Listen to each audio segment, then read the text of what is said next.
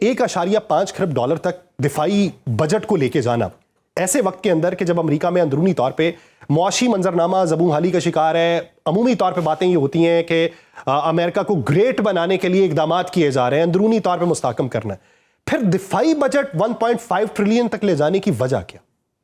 बहुत बहुत शुक्रिया मुझे अपने प्रोग्राम में लेने का। सबसे पहले तो हमें ये बात समझनी चाहिए, America is a military industrial complex. America की policy which was from Teddy Roosevelt, president Roosevelt since 1936, America की स्ट्रेंथ और अमेरिका की economy evolves on the concept of military industrial complex. तो ये यूरोप में इन्होंने इंग्लैंड में शुरू किया था। बहरहाल this is America's economic policy, right. तो पहले तो ये समझ लें, तो अमेरिका का जो दिफाई बजट है उसको ज़रूरत के मुताबिक वो बढ़ता रहेगा। बिकॉज जो आप देखें ना, इस वक्त दुनिया के अगर 4 आर्म सप्लायर्स हैं पूरी दुनिया में, तो उसमें America is number 1, Russia is, France is number 2, Russia is number 3, China is number 4 and rest follows Germany and right. अब आप देखें जो अमेरिका और फ्रांस में जो डिफरेंस है, it is 4 times. Even though अभी आपने रिसेंट जो पाकिस्तान का जो इनकाउंटर हुआ इंडिया के साथ, तो बहुत नाम सुना राफेल और ये वो फ्रांस का, तो वो 4 गुना कम है। सही।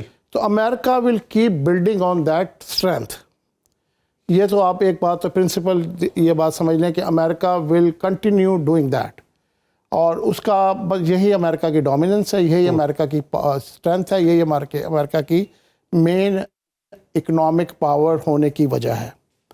तो वो, और दूसरी बात ये है कि इस वक्त जो दुनिया में हालात हैं, उसकी वजह से अमेरिका में अनयूजुअल डिसीजंस हो रहे हैं।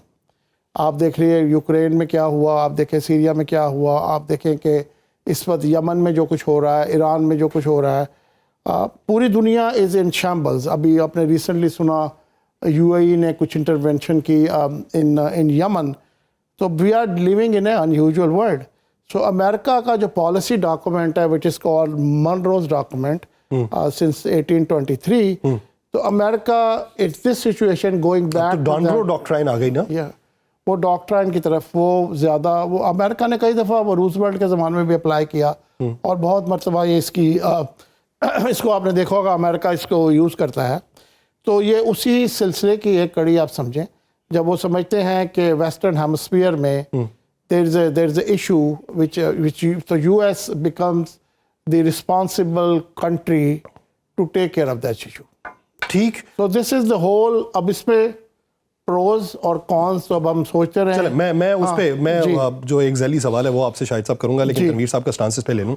तनवीर साहब, शाहिद अहमद खान साहब जो वजूहात बता रहे हैं कि किस वजूहात की बुनियाद के ऊपर उनका 1.5 ट्रिलियन डॉलर्स तक ले जाने का मंसूबा है, आप क्या समझते हैं कि दुनिया के हालात का हवाला दिया जा रहा है, तो दुनिया में क्या हालात ऐसे ही हैं जो अमेरिका को दिखाई दे रहे हैं, ये अमेरिका दुनिया के हालात इस तरह के दिखाना चाह रहा है?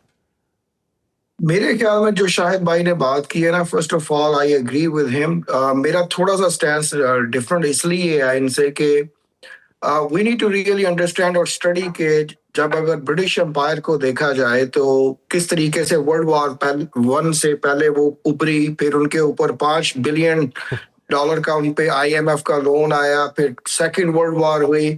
So I like to point out one specific incident जब 1956 में स्विस कैनाल का इशू हुआ था कि उसको नेशनलाइज किया जाए, एंड देन ब्रिटेन ने उस वक्त अपनी मिलिट्री पावर को यूज करके फ्रांस और इसराइल के साथ इजिप्ट पे अटैक करके उसको कैप्चर करने की कोशिश की थी, और सिर्फ विद इन 11 डेज एक phone call president of United States से ब्रिटेन पे गई थी कि we will basically block your IMF loan, और जो आपकी ब्रिटिश करेंसी है उसको हम बेसिकली तबाह कर देंगे अनलेस यू सीज फायर।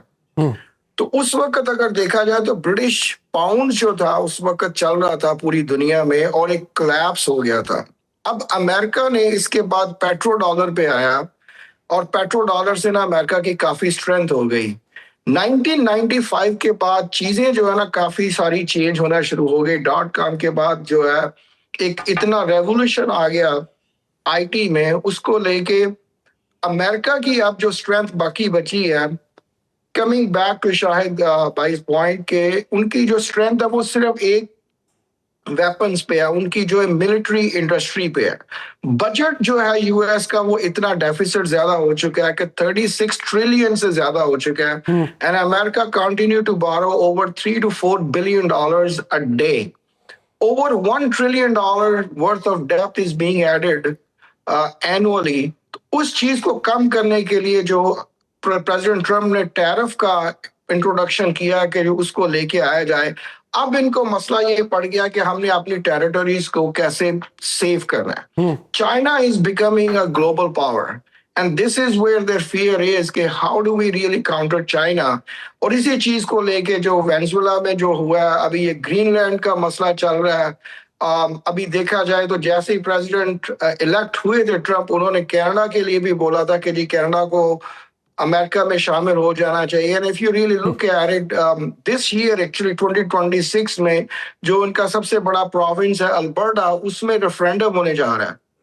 तो इस ये जो सारी चीजें अगर आप जियोपॉलिटिकली देखेंगे, जो चेंजेस आ रही हैं, America definitely needs this, otherwise इनकी जो बजट डेफिसिट है उसको लेके काफी। लेकिन ये एक सवाल तो है कि मजमूई मंजरनामे में ये इस तरह के जो इकदामात उठा रहे हैं, ये दूसरे जो खित्ते के ममालिक हैं उनको पैगामात क्या दे रहे हैं? शाहिद साहब, क्या ये समझ लें कि वो जो अमन का पैगाम था ट्रम्प साहब का, वो वेनेजुएला में उसकी कब्र खोद के तो वहाँ पे उसको दफन किया जा चुका है, और आने वाले दिनों में बड़े वो सादा से हैं, सीधे से हैं कि बहुत सारे लोग जब ये बात कर रहे थे मुबहम अल्फाज में कि तेल के पीछे तो नहीं अमेरिका गया वेनेजुएला में, तो उन्होंने पहली ट्वीट में ही कह दिया कि हम ये संभाल रहे हैं, हम इसको देखेंगे। तो क्या वो अमन का प्रचार ख़त्म हो गया फिर? देखिए, जो साउंड बाइट्स डिफरेंट होती हैं, जो ग्राउंड रियलिटीज़ डिफरेंट होती हैं, उसके डायनामिक्स उसके पीछे जो हम नहीं देखते वो डिफरेंट होते हैं। President of the United state जो भी कहता है, इट डजंट नेसेसरली मीन्स कि वो करेगा भी, right? There are system in place, right? There is a senate. उनकी तो न्यू ईयर की रेजोल्यूशन भी ये थी कि आई वांट पीस। या सो वो उनकी ज़रूर होगी, मैं समझता हूँ कि ज़रूर होगी उनकी ये, but it proving otherwise, right? It is के ऐसे सिलसिला जो है वो, क्योंकि अमेरिका के जो इंटरेस्ट भी बहुत ज़्यादा है ना, तो वो अब इसकी, अब देखें ना, अभी आज जो सेनेट में इस वेनेजुएला के अगेंस्ट जो एक मूव हुआ है, उसमें जो सबसे जो इम्पोर्टेंट और अनयूजुअल ये है कि उसमें Republicans are voting with Democrats. तो दे डोंट एग्री 52 यानी कि इसमें से 4 सेनेटर्स जो हैं वो रिपब्लिकन सेनेटर्स हैं who are voting against Trump, who are, अभी जो वोट होगा उस पर, अभी तो वो रेजोल्यूशन पास हुआ है, रेजोल्यूशन पर टेबल हुआ, अब टेबल नहीं उन्होंने प्रोसेस कर रहे हैं, तो उसमें वो ट्रम्प के अगेंस्ट कर रहे हैं, प्रेसिडेंट ऑफ यूनाइटेड स्टेट के against. So that made Donald Trump very very upset. He said they will lose the election in mid term.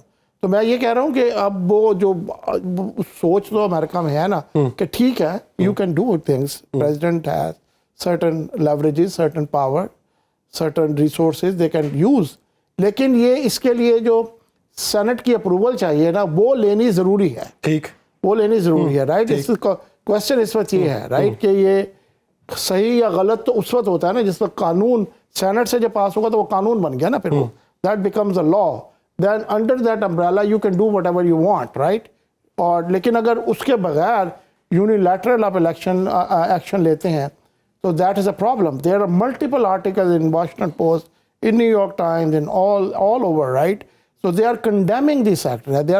They are condemning this act because President of the United States unilaterally decided कि वो ये करना चाहता है।